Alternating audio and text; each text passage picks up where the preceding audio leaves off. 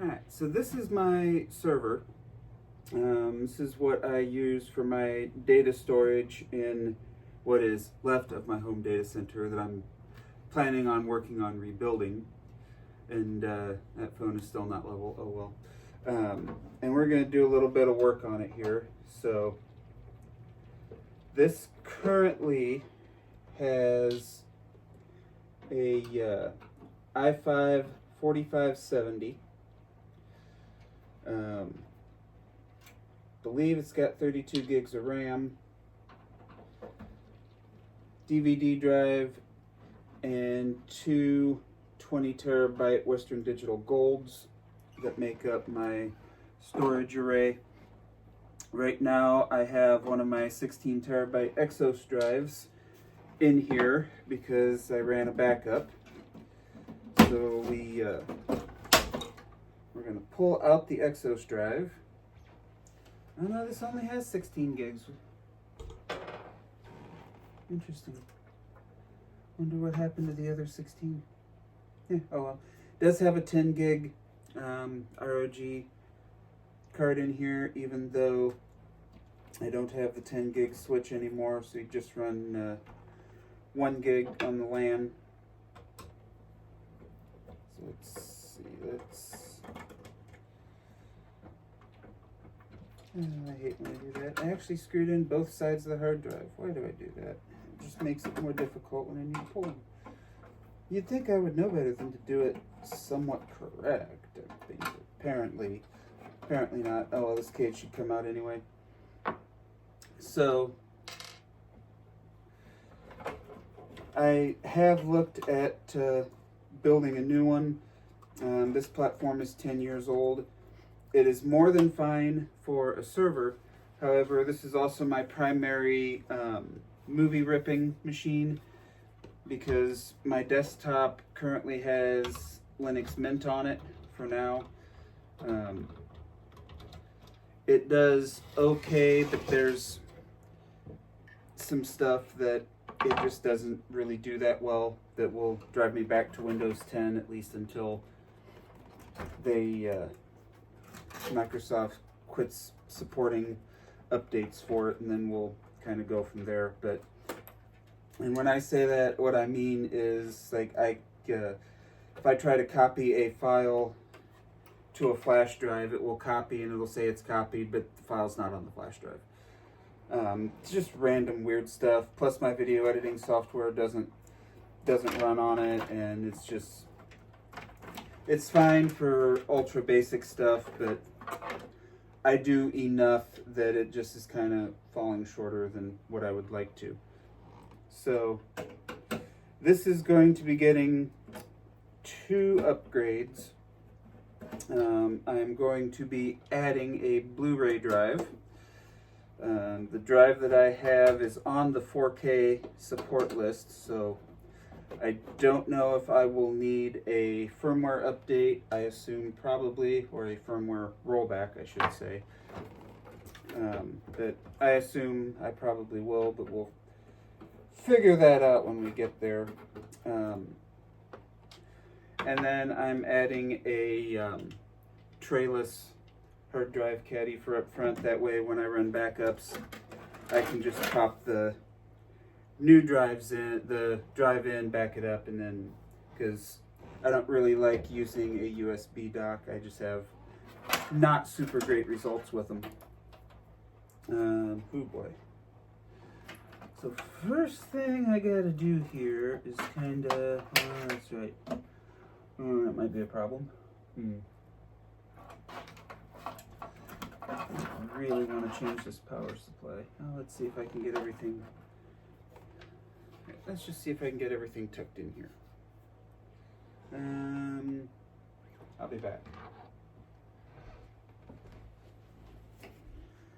Okay, so the issue is that this is my Antec 850 power supply, and the PCIe cables are hardwired to the power supply, and the rest of it is modular. But that sits in there perfectly fine, and while it's super tight, it is going to do what I need it to do, and then the hard drive case just sits back in here. So it is impressive how little dust is actually in here. Just a little minor cleaning to do and we're all good. No, I do not care about cable management because of how much I'm in this thing. I refuse to cable manage most of my computers because why cable manage it when 3 months later or 6 months later, all I'm doing is just ripping them all right back out to run something new. So in general, I do not mess with cable managing most of my computers. But yeah, we've got our 10 gig, which at some point probably getting a 2.5 gig switch is on the list, but trying to spend minimally but smartly where I do.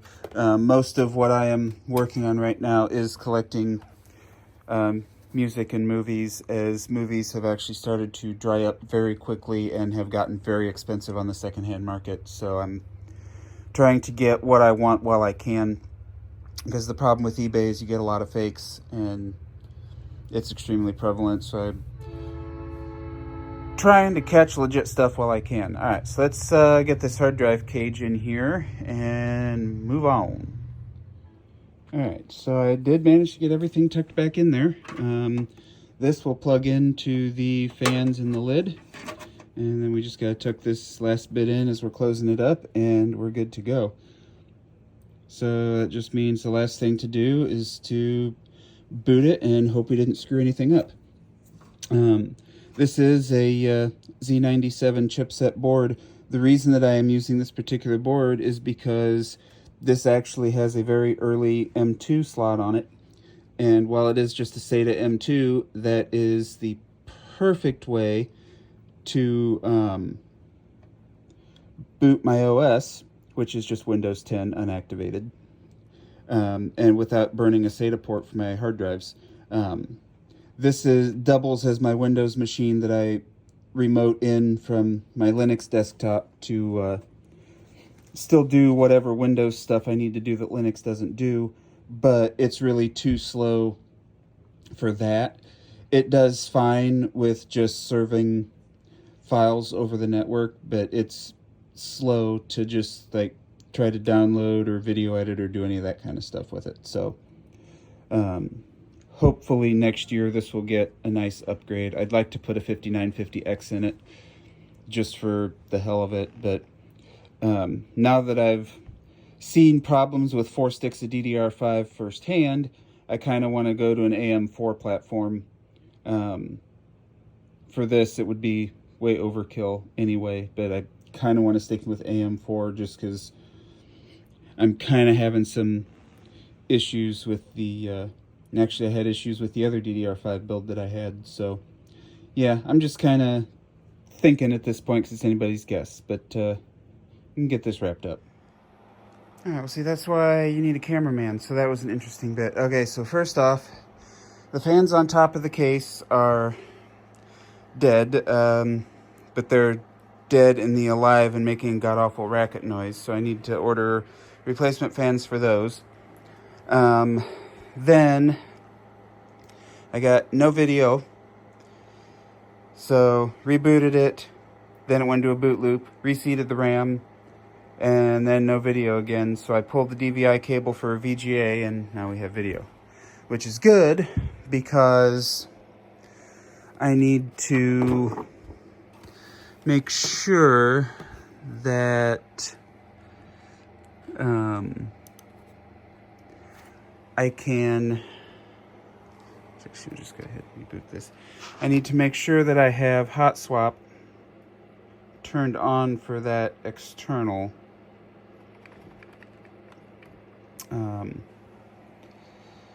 Because I need hot swap to have for this. So that's in the middle, so it's not getting caught in all the wires that are underneath it. Alright, so this is going to be fun to try to keep you being able to see while I'm trying to figure this out. Alright, so I need advanced mode. I need... yeah, and this is what? CPU information, yeah, 4570. Advanced. PCH storage, yes.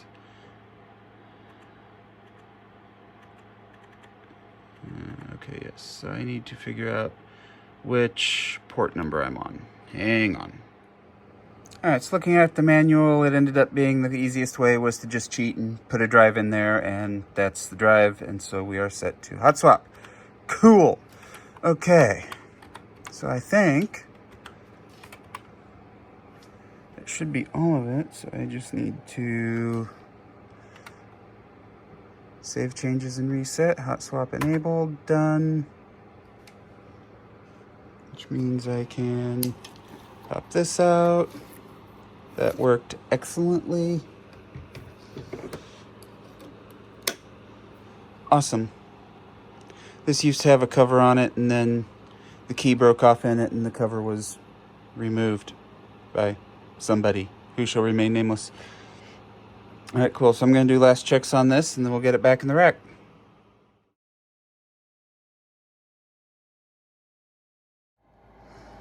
All right, she's at home.